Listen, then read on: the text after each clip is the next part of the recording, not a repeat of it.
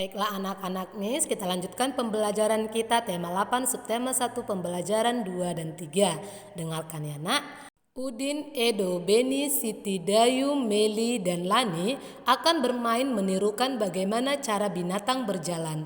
Mereka akan bermain di halaman rumah Udin. Akan tetapi halaman rumah Udin masih kotor. Halaman rumah Udin perlu dibersihkan. Nah, coba anak-anak amati halaman rumah Udin. Apakah kamu dapat menemukan benda-benda yang dapat membahayakan diri ketika kita bermain anak-anak? Coba kamu lihat gambar ini. Nah, di sini ada percakapan Udin dan Beni. Teman-teman, halaman ini masih kotor. Yuk kita bersihkan terlebih dahulu. Betul, masih banyak sampah yang berserakan. Ada juga kerikil dan batu yang berserakan. Benda ini dapat membahayakan diri. Jadi anak-anak nis, jika kamu ingin bermain dengan teman atau adikmu, kamu harus memperhatikan tempat kamu bermain. Apakah ada batu atau kerikil yang berserakan? Jika ada, maka kamu bersihkan terlebih dahulu.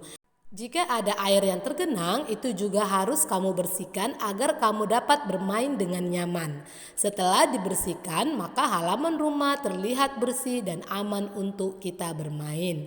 Nah anak-anak, coba kamu dengarkan bacaan yang akan Miss baca. Udin dan teman-teman mulai bermain menirukan gerakan binatang berjalan. Permainan ini dapat dilakukan di darat atau di air, misalnya di kolam atau di sungai yang bersih di sekitarmu. Menirukan gerakan binatang berjalan itu berguna untuk melatih otot-otot kaki agar tidak kaku. Berikut ini adalah petunjuk untuk bermain menirukan gerakan binatang berjalan. Anak-anak dengarkan. Aturan bermain menirukan gerakan binatang berjalan di air. Bermain menirukan gerakan binatang berjalan di air itu dilakukan secara berkelompok. Semakin banyak anak akan semakin seru. Mengingat permainan ini dilakukan di air, setiap anak harus berhati-hati. Permainan ini juga harus dalam pengawasan guru ataupun orang dewasa. Awalilah dengan home pimpa, anak-anak yang menang akan berdiri membentuk lingkaran. Anak yang kalah akan berada di tengah lingkaran. Anak tersebut akan bernyanyi, ikuti, ikuti aku. Sambil anak menirukan gaya seekor binatang. Misalnya seekor monyet berjalan. Anak-anak yang lain menirukan berjalan keliling seperti monyet. Seperti berjalan keliling satu putaran, anak yang berada di tengah berteriak menyebutkan nama seorang teman. Anak yang disebut namanya segera maju. Dia juga bernyanyi, ikuti, ikuti aku, sambil memperagakan gerakan jalan seekor binatang. Binatang yang ditirukan tidak boleh sama, begitulah seterusnya. Jika anak yang ditunjuk tidak dapat menirukan gerakan binatang berjalan, anak tersebut akan kalah. Dia akan mendapat hukuman. Hukumannya bernyanyi sambil menari. Nah, kamu boleh coba melakukan permainan seperti ini. Kamu lakukan gerakan binatang berjalan di air secara berkelompok atau bersama adikmu juga boleh atau saudaramu. Anak yang kalah harus sportif dan bersedia untuk menerima hukuman permainan. Hukumannya boleh bernyanyi sambil menari. Nah anak-anak, walaupun tadi di gambar itu mereka bermain bersama-sama, mereka tidak membeda-bedakan agama ataupun sukunya. Mereka selalu hidup rukun walaupun berbeda agama dan berbeda suku. Mereka itu menunjukkan sikap persatuan dalam keberagaman. Sikap anak-anak ini pantas untuk kita tiru. Tahukah kamu contoh gerakan kegiatan permainan lainnya yang membutuhkan persatuan anak-anak? Contoh nama kegiatan permainan yang membutuhkan persatuan. Yang pertama ialah bermain menjaring ikan. Yang kedua bermain kucing dan tikus di air.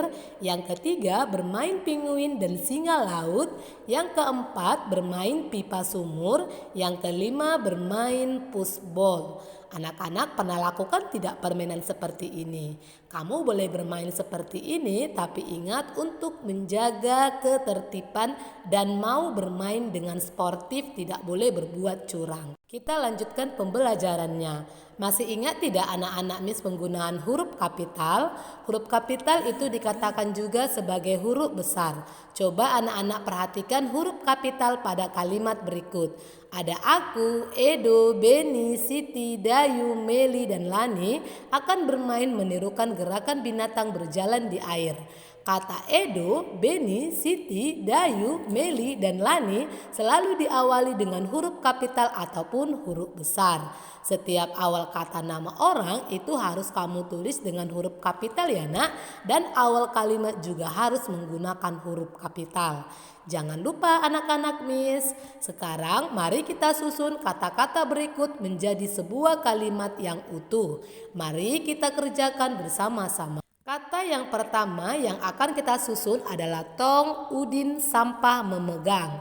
Kira-kira bagaimana susunannya? Iya, Udin memegang tong sampah. Itulah nomor 1. Nomor 2 ada kata rumah, menyapu halaman Siti. Maka kalimat yang benar adalah Siti menyapu halaman rumah. Selanjutnya soal nomor 3. Ada kerikil, batu, Edo, dan mengumpulkan. Kalimat yang benar adalah Edo mengumpulkan kerikil dan batu. Selanjutnya nomor 4. Sampah Lani mengumpulkan. Maka kalimat yang benar adalah Lani mengumpulkan sampah. Selanjutnya soal nomor 5. Kamu perhatikan kata yang mau kita susun. Ada Lidi, Meli, sapu, memegang. Maka kalimat yang benar adalah Meli memegang sapu Lidi. Ini adalah menyusun kata-kata menjadi sebuah kalimat yang benar. Ingat di awal kalimat menggunakan huruf kapital dan nama orang juga harus huruf kapital. Paham ya anak-anak Miss? Kita lanjutkan pembelajaran 3. Baterai jam dinding di ruang tamu sudah usang. Baterai jam dinding harus segera diganti. Ayah meminta Udin untuk menggantinya. Udin bersedia untuk menggantinya. Coba anak-anak perhatikan, ini adalah gambar Udin dan ayahnya sedang memperbaiki jam. Hati-hati ya nak, jangan sampai terjatuh. Kalau terjatuh bisa terluka, jam dindingnya pun bisa pecah. Iya ayah, aku akan berhati-hati. Pegang mejanya yang kuat ya. Apakah anak-anak pernah membantu ayah seperti Udin? Pasti pernah ya nak? Oke, selanjutnya mari kita jawab soal berikut. Apa isi percakapan Udin dan ayah anak-anak Miss? Coba, iya jawabannya adalah ayah meminta Udin untuk berhati-hati ketika mengganti baterai jam dinding. Soal nomor 2. Apa pendapatmu terhadap isi percakapan mereka anak-anak Miss? Coba, menurut saya Udin adalah anak yang baik karena dia bersedia membantu ayah untuk mengganti baterai jam dinding. Selanjutnya anak-anak, coba kamu dengarkan, ada di sini beberapa kalimat. Nomor 1, kalau terjatuh bisa terluka. Nomor 2, jam dindingnya pun bisa pecah. Nomor 3, iya ayah saya akan berhati-hati. Coba anak-anak Miss perhatikan penggunaan tanda titik pada beberapa kalimat sebelumnya. Tanda titik itu harus selalu dibubuhkan atau dituliskan di setiap akhir kalimat. Itulah penggunaan tanda titik, kamu jangan lupa ya anak-anak Miss. Fungsi tanda titik yang pertama ialah tanda titik dipakai pada akhir kalimat pernyataan. Contohnya, Niko menggambar pemandangan yang indah, tulislah tanda titik. Yang kedua, fungsi tanda titik itu untuk dipakai memisahkan angka jam dan menit pada petunjuk waktu. Contohnya, ayah berangkat ke sekolah pukul 6:30. Dan penggunaan tanda titik ketiga adalah dipakai untuk memisahkan bilangan ribuan atau kelipatannya yang menunjukkan jumlah. Contohnya ialah ayah membeli pupuk seberat 1000 gram. Ribuan itu harus dipisahkan dengan tanda titik. Inilah fungsi tanda titik pada penulisan dan juga sebuah kalimat.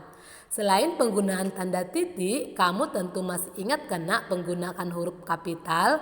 Coba kita perhatikan kalimat berikut ini. Mari kita gunakan huruf kapital yang benar dan tanda titik. Ayo kita berlatih bersama.